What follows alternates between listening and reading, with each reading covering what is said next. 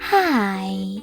In front of me is OPPO Find X3 Neo, and today I would like to show you how you can manage autocorrection.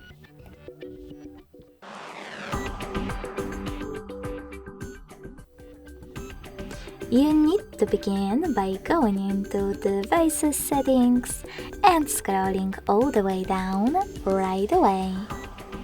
Then tap on Additional Settings. Following that, you need to choose Keyboard and Input Method.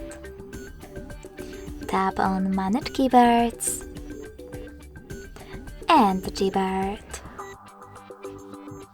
Now click on Text Correction, scroll down just a bit and select this switcher next to Autocorrection.